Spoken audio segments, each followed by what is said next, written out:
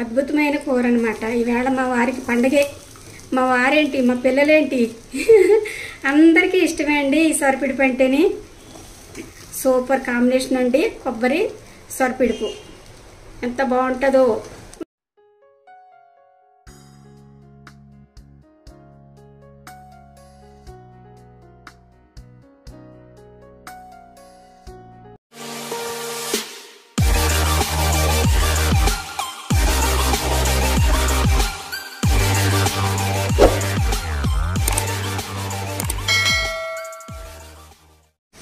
ఇదిగోండి మా వారు చక్కగా సొరచేప తీసుకొచ్చారు.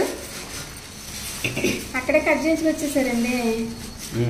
కట్ చేసి వచ్చేసి కేజీ చేప. కేజీ ఇదిగోండి కేజీ చేప అంటండి. ఇది చక్కగా కడిగేసారు శుభ్రంగా. కడిగేసి ఇచ్చారనమాట. లోపల పేగలు అవి ఉంటాయి కదా, ఇవన్నీ తీసేసారు, లేకపోతే మనకి ఇంట్లో చాలా స్మెల్ వచ్చేస్తుంది. ఇదిగోండి కొంచెం ఉప్పు వేసి కడిగామనుకోండి స్మెల్ రాకుండా ఉంటుంది అనమాట.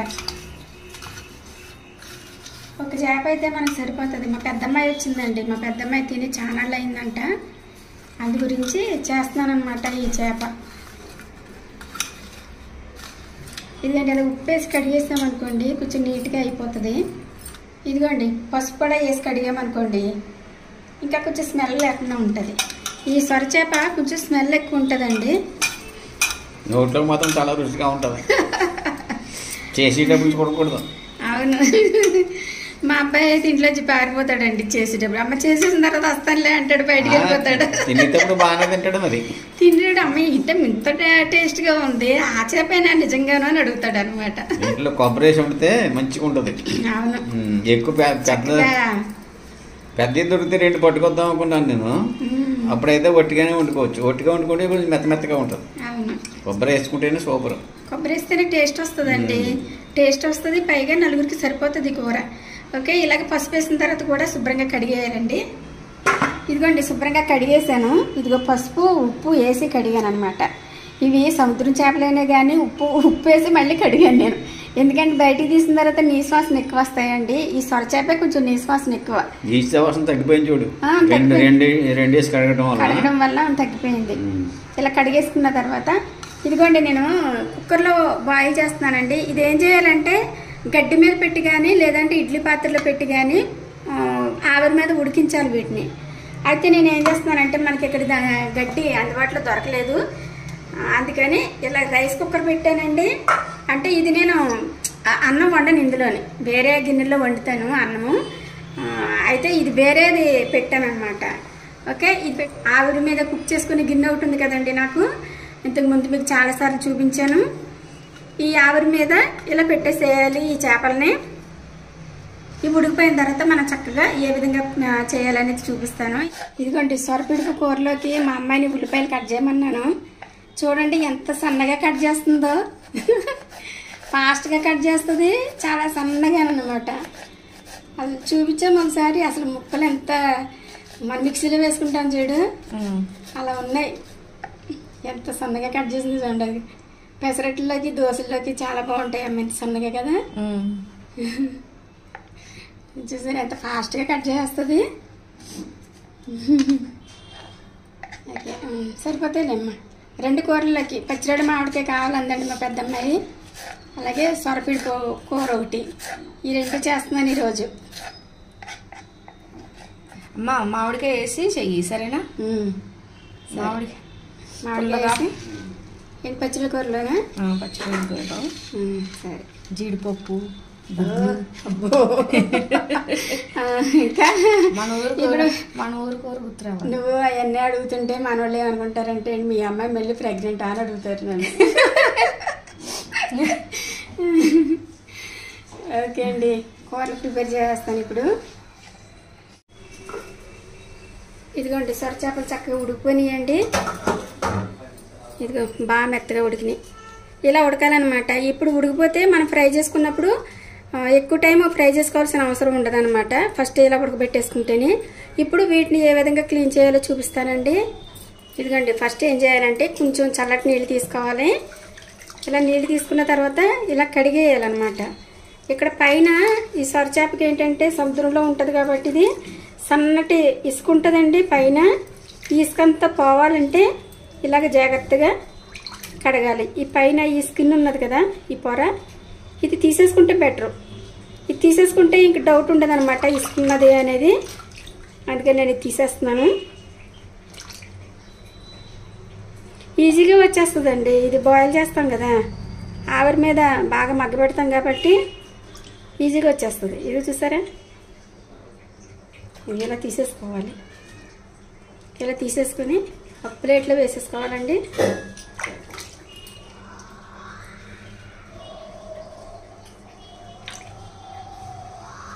మా మనవడు వచ్చాడండి. ఇల్లంతా ఎంతో సందడిగా ఉంది. నాకు చక్కగా ఆడుకుంటున్నాడు. మీకు అరుపులు వినిపిస్తున్నాయా? ఇదిగోండి, ఈ విధంగా తీసేసుకోవాలి. ఇదిగోండి, మొత్తం పైన ఈ స్కిన్ అంతా తీసేసి నీట్గా క్లీన్ చేసేసాను. ఇలా క్లీన్ చేసిన తర్వాత మళ్ళీ ఒకసారి శుభ్రంగా కడగాలి.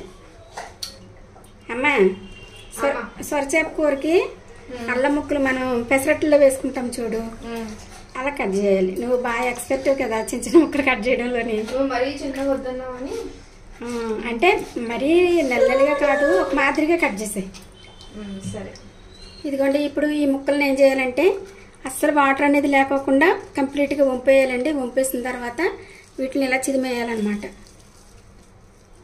ఇదిగోండి, ముళ్ళు కూడా ఉంది కదా, దీని ఇట్టే ఇరిగిపోతాయి. ఇవి మెత్తగా ఉంటాయి.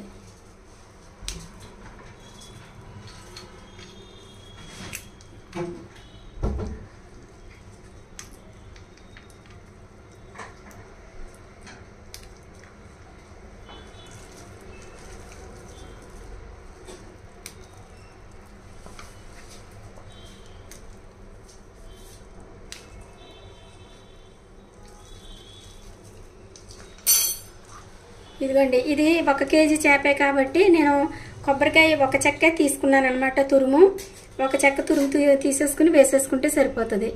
మళ్ళీ కాయ వేసామనుకోండి కొబ్బరి ఎక్కువైపోద్ది.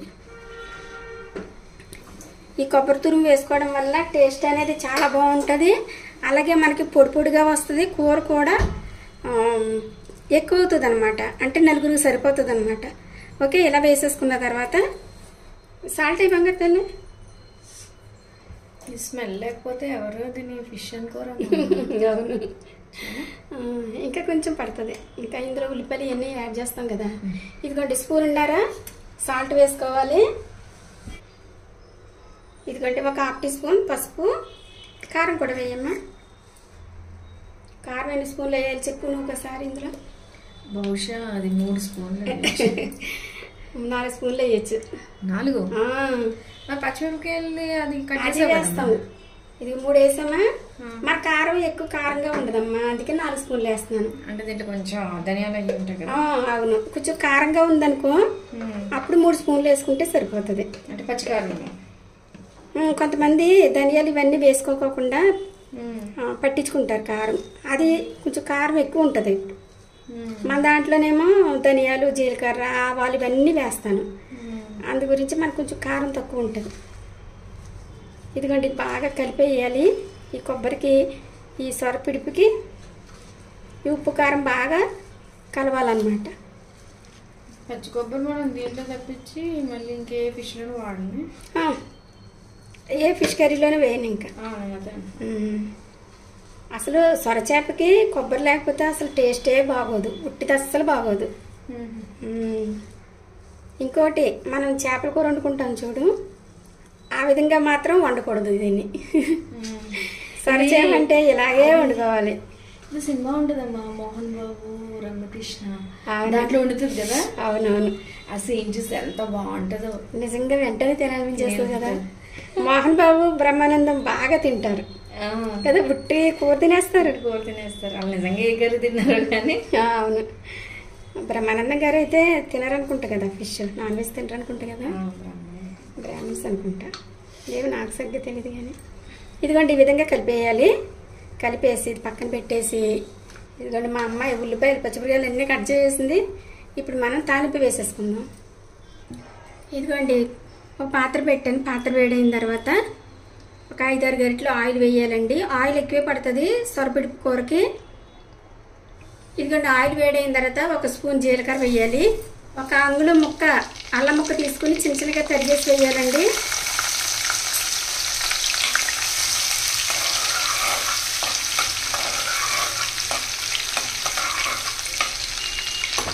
ఒక 5-6 పచ్చిమిరపకాయలు సన్నగా కట్ చేసి వేసుకోవాలి.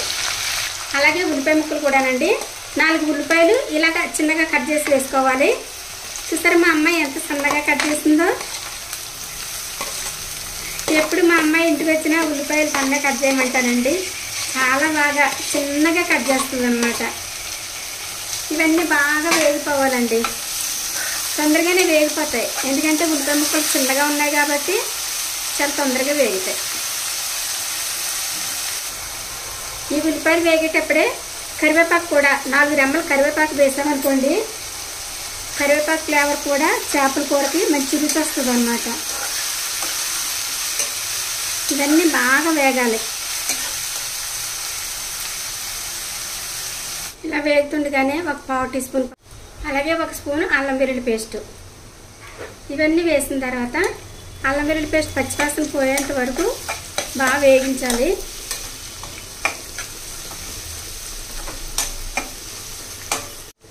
ఈ ఉల్లిపాయలు పచ్చిమిరపకాయలు చక్కగా వేగిపోయినాయి కదా, ఇప్పుడు ఈ సొరపిడుపు అంతా వేసేసుకోవాలండి.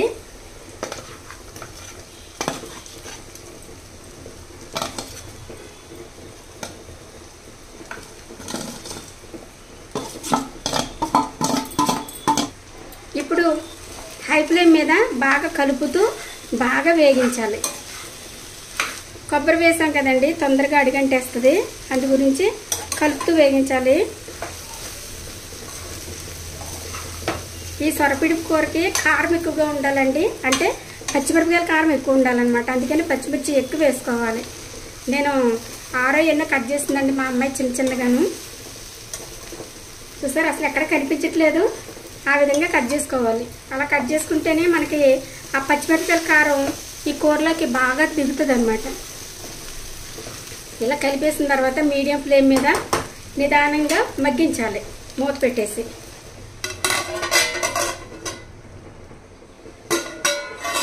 మధ్య మధ్యలో కలుపుతూ ఉండాలండి, అడుగంటుకోకుండాను.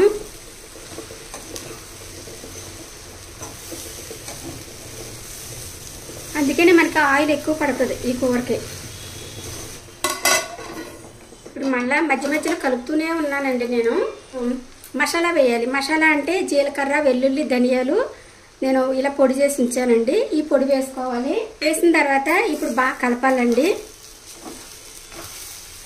మధ్య మధ్యలో కలుపుతూ ఇంచుమించు ఒక 20 నిమిషాలైనా ఇలా ఫ్రై చేస్తూ ఉండాలి. ఎందుకంటే కొబ్బరి పచ్చిది వేసాం కదా, కొబ్బరి అలాగే ఈ సొరచేప కూడా అసలు స్మెల్ అనేది లేకోకుండా ఇలా వేగిస్తూ ఉండాలన్నమాట మీడియం ఫ్లేమ్ మీద.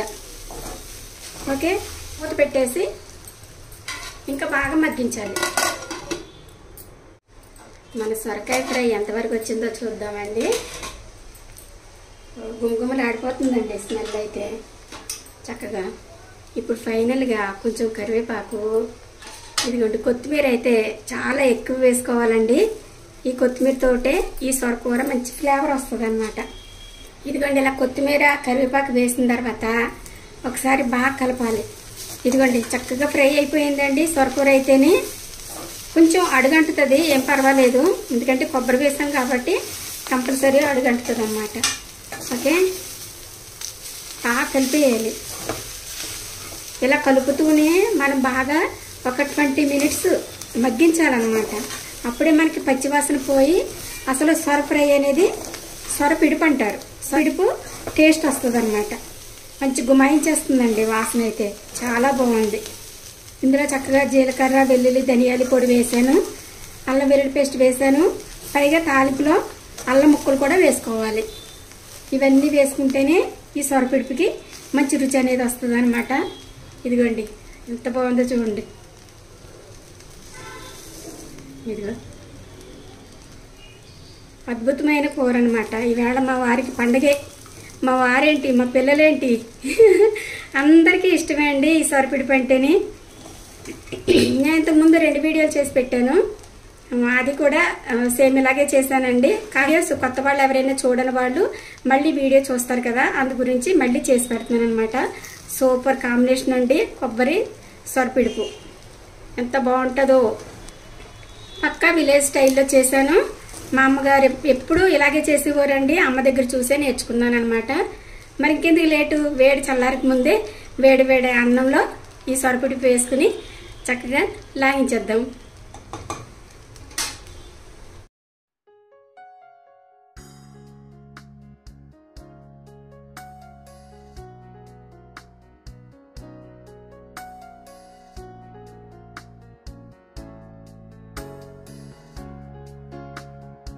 ఇదిగోండి గుమగుమలాడే సొరపిడుపు చేశానండి. కొబ్బరి వేసి చేశానన్నమాట.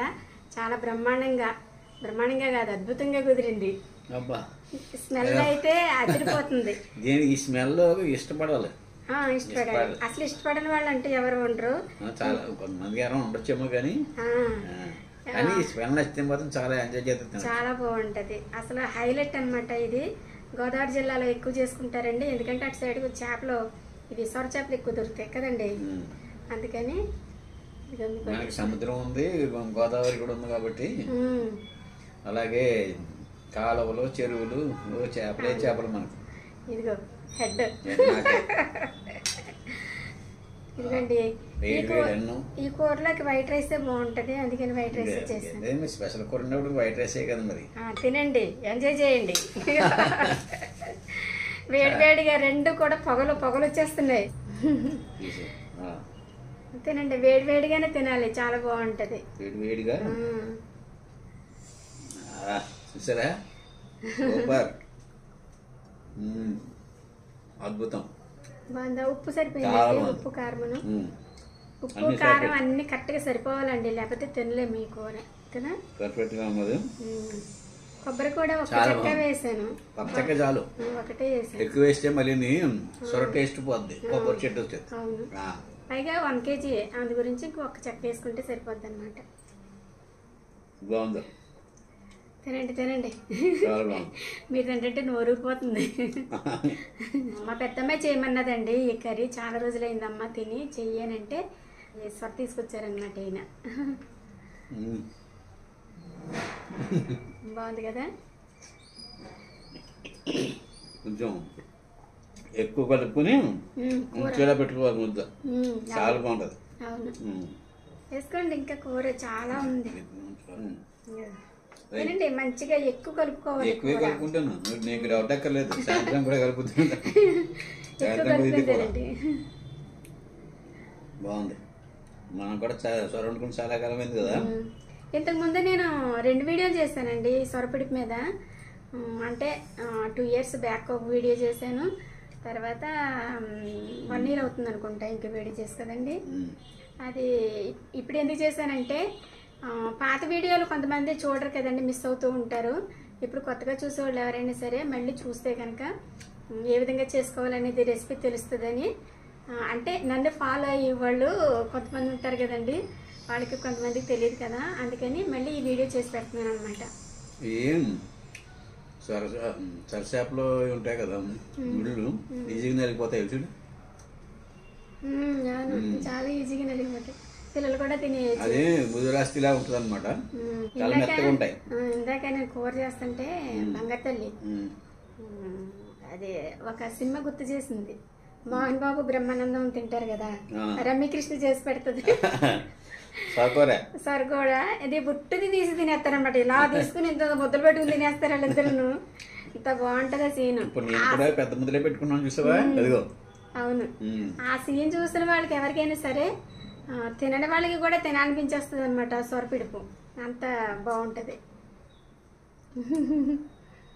మా వారైతే ఫుల్ ఎంజాయ్ చేస్తున్నారండి. శీతాకాలమే ఎక్కువ వస్తాయి సొరలు, ఎందుకని అందుబాటులో ఉన్నప్పుడు జాగ్రత్తగా వండుకుంటే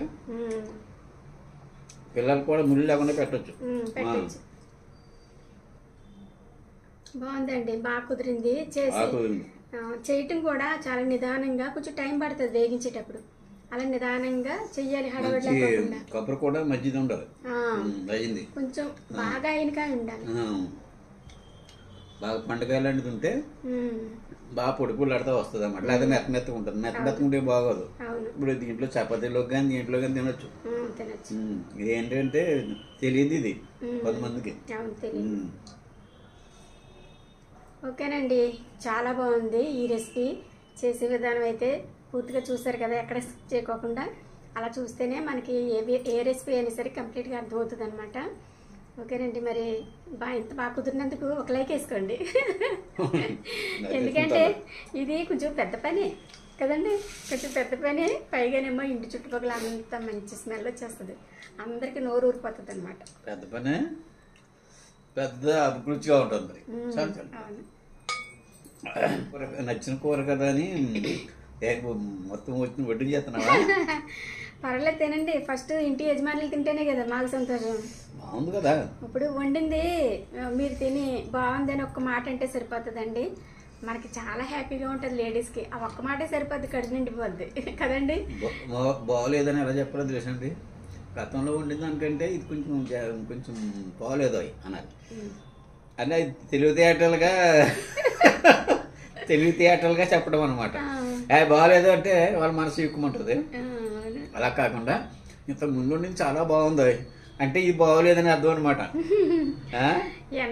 అలా చెప్పాలి. ఎంత బాగా వచ్చినా గానీ వంటలు ఏదో ఒకసారి ఏదో ఒక చిన్న మిస్టేక్ అనేది జరుగుతుంది. ఉప్పు తక్కువ అవటమో లేదా కారం తక్కువ అవటమో ఇలా ఏదో ఒకటి అవుతూ ఉంటది.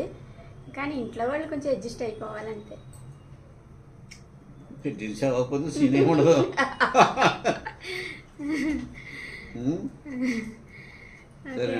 ఓకేనండి, మరి మన వీడియో నచ్చినట్లయితే లైక్ చేయండి, షేర్ చేయండి, సబ్స్క్రైబ్ చేయండి. అలాగే పక్కన ఉన్న బెల్ కొట్టడం మాత్రం మర్చిపోకండి. Thanks for watching. బాయ్.